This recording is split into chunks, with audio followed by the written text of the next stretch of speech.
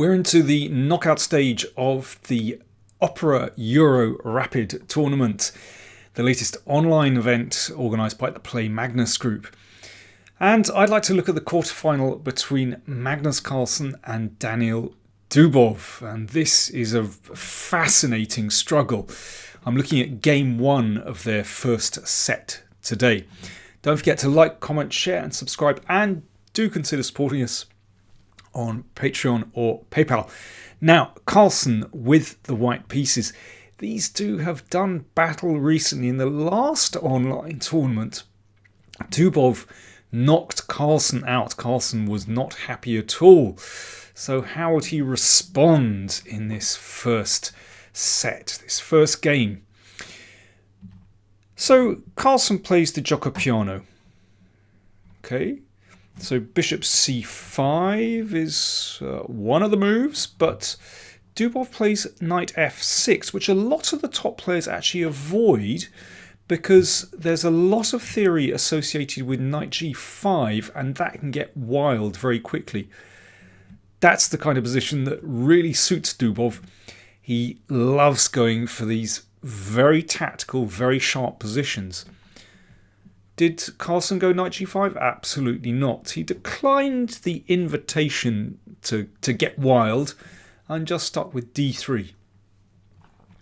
So bishop c5 can lead back into a normal gioco piano, but instead bishop e7 from Dubov. So he likes to go his own way. So that's a little bit more modest, but perfectly reasonable.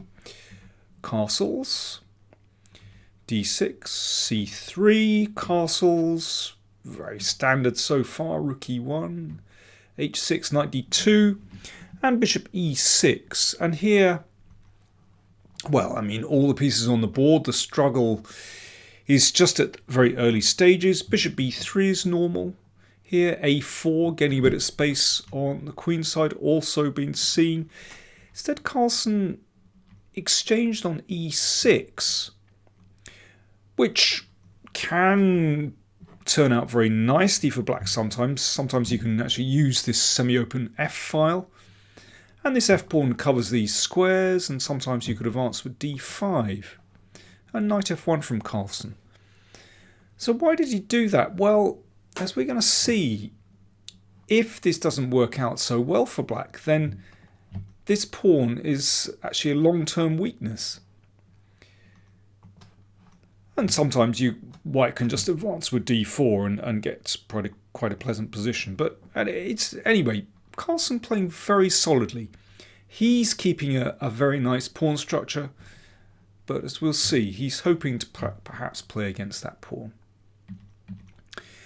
a5, so Dubov starting to advance on the queen side a little bit. Knight g3, Carlsen continues on his way. The knight might not seem like on a very active square here, but it does prevent black's knight from coming to h5. a4 from Dubov. Now, Carlsen plays bishop d2 here, which looks very tame. But if you advance, then d5 and things start to get interesting again. If you take here, then the knight will find a decent square, or queen takes actually is reasonable. It's starting to get complicated. Or if e5, then the knight drops back here. And we've got a complex position again. That queen, no doubt, will come to e8 and perhaps round here. But no, Carlsen didn't want to break. He just was playing kind of cat and mouse tactics here. Bishop d2, just waiting. So that just makes sure he connects his major pieces. That's fine. And Dubov actually broke in the middle with d5. And I think Carlsen would have been very pleased to see that move, because it does mean that e5 is a bit weaker now. And with it e6 actually. So b4 played, and now Carlsen strikes out. So means you might be able to push, drive the knight away. So that's taken en passant. And pawn takes pawn recaptured. Rook takes rook, queen takes rook. And now, well, Dubov has to make a decision at some point with this pawn. Do you leave it there? Do you push on? Do you take here? If the pawn is exchanged on e4, then you can see how those pawns don't look very attractive. d4 played. And now you can see that there's potential for black to perhaps attack that pawn on d3. So Carlsen, after 3.5 minutes thought, just nudges the queen over. Queen b1 to protect the pawn. Dubov exchanged and played his bishop to c5. Right, so he's going on the attack. He's looking to perhaps get some counterplay against this f2 pawn.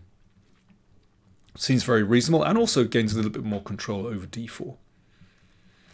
But you can see straight away that a move like bishop takes would not be very clever, because suddenly black breaks through like this. This doesn't look good at all. There's queen d4 check, there's knight e4 check, double discovered check, and maybe this one comes in as well. Well, obviously good for black. But no, of course, Carlsen isn't going to be tempted by such moves. b4. The funny thing is, although this started out as a Giocopiano, this position now reminds me of a Najdorf. A Najdorf with colours reversed. So if we put that pawn back on f7, then you can see, have a look at this structure. Imagine this with colours reversed, with the pawns on e5 and d6. It's basically a Najdorf that Carlsen is playing with white here. And classic Najdorf strategy to advance the b pawn, to drive away the knight, and then you can hopefully take that pawn on e5. And to me, this is a really superior Najdorf for white, because that pawn on e6 looks really ugly. I mean, it's about weakening this pawn on e5 anyway, but with the pawn on f7, at least black's king would be a little bit more secure. So I think things have gone pretty well for Carlsen, and he's put a lot of pressure on black's position. Nevertheless, still tricky, because black can occupy that square. But Carlsen plays it nicely. Bishop takes. So bishop takes. And now queen b3. So the queen advances and puts some pressure on the pawn on e6. Queen d7. And I think white has several ways of playing this, and it all looks very nice. I mean, a simple way is just to take here. And then let's cut out counterplay. h3 gives the king an escape square. White just has a really pleasant pawn structure here. So basically, all these pawns are weak. And a simple plan for white is just to shift the rook over to the c-file, put some pressure on c7, perhaps later on put some pressure on the d-pawn. Really nice. Carlsen goes for something else. He plays knight f5, and this also turns out extremely well. So obviously that knight can't be taken because of the pin. Knight g4. So Dubov is continuing to try to stir things up on the king side. But actually, knight g4 was a mistake, because after this, Carlsen played e5, and now you can see that that knight is actually a bit out on a limb. So there's a threat to play h3 to trap the knight. So that's why h5 was played. And that gives the knight a route back to h6. Queen c4. Attacks the d-pawn. And, well, if black plays passively here, defending, then rook c1, and same problem as before. You can see white is just piling up on that c-pawn. Black is just positionally utterly lost in that position. So it's clear here that Dubov has to react very quickly. He has to try and create counterplay. So finally, the F file comes good. Rook takes F3, an exchange sack, and then the knight dropped back to H6. But it drops back to come forward because it's going to come into F5, and suddenly White's king looks a little bit insecure. So how did Carlsen deal with this? Rook C1. Pressure on the c-pawn. Knight f5. So both players carrying out their plans. Remember, this is rapid play, so there isn't much time to reflect. You just got to try and play actively. So Carlsen has broken through, but because that pawn has come to h5, then the king does have an escape square on h7, and with the knight on f5, doesn't look bad. In fact, black is very active here.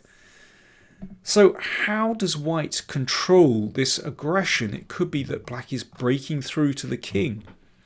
And this is really not so simple. How does white wrest control here? This was very well calculated. Queen c2. And here's the trick.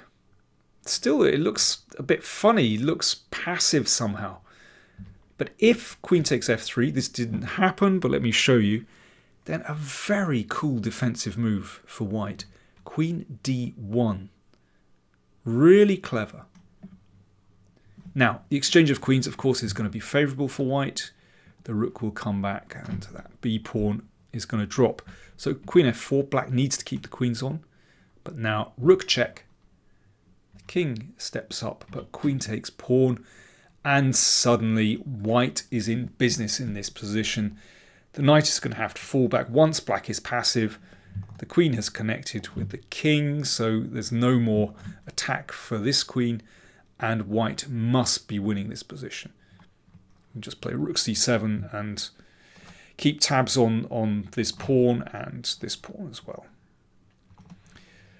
So queen to f3 isn't working, so therefore knight h4 still looks very dangerous for white. Queen e2. Switching over, so this queen just wants to step up to e4 to offer an exchange of queens. Still, very tricky. Knight check. And now if the king steps here, the knight takes pawn. King h1.